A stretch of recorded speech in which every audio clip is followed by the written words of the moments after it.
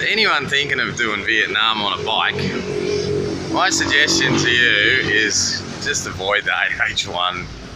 I'm about 120 from Saigon, and it's turned into a fucking traffic jam from hell. I've been riding for about 30 minutes, and I feel like I've been on the bike for 12 weeks. It's just. But there's a road that I came up from Vung Tau, the road to La Ji, and it's about 20k turn off from here, and it's just the most peaceful, beautiful.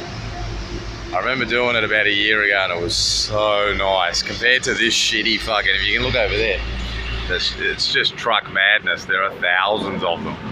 This is why when I get back to Oz, as soon as I get up, I'm going into Wollongong. I'm going to say hi to my mum, buy a car, and within 12 hours, I'm fucking out of there. And I'm basically just going to hit the bush. There was a good little town. I think it was called Wilmington or something. It's about 300 from the coast. And I remember it had a river, a servo, and 2 streets.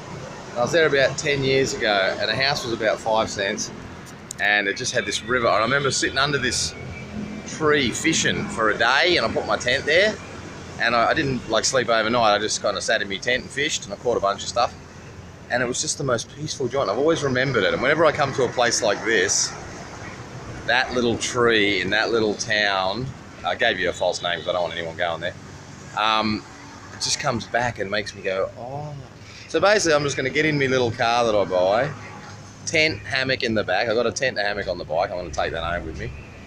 And I'm just going to head to that tree and just go and live there. I know that sounds like loser man mentality, you know, because if you haven't bought a house and gone into debt and owned tons of shit, you're seen as a loser in the West. But after living in all of these third world countries, I've learned that you don't need shit.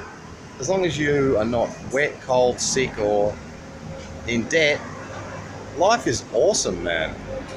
I totally don't make partner material because partners collect things and have stuff at the end when they die. I've never wanted any of that. I have absolutely no intention of doing any of that. So basically, to all you blood-sucking parasite cunts out there looking for someone to fucking supply them with shit, eat shit. I'm gonna go and live in me tent and fucking have a good time and catch fish like a caveman. I reckon cavemen were pretty happy, actually. I don't know. I reckon they just got up every day, went out and killed a bear and caught a fish and came home to a fucking berry pie that their wife had made. Banged them on the head with a large fucking tree trunk and then, hello. They're fucking miserable down here. For some reason, the closer you get to Hanoi, the more sad every motherfucker is. But it's been a good trip. But my advice to you, if you want a really good time in Vietnam, north. North, way better than south. Better accommodation, better food, better people, more friendly.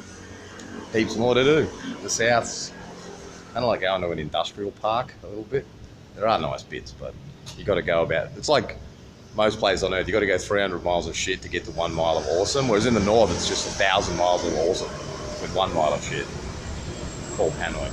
Okay, I'm going back on the freeway.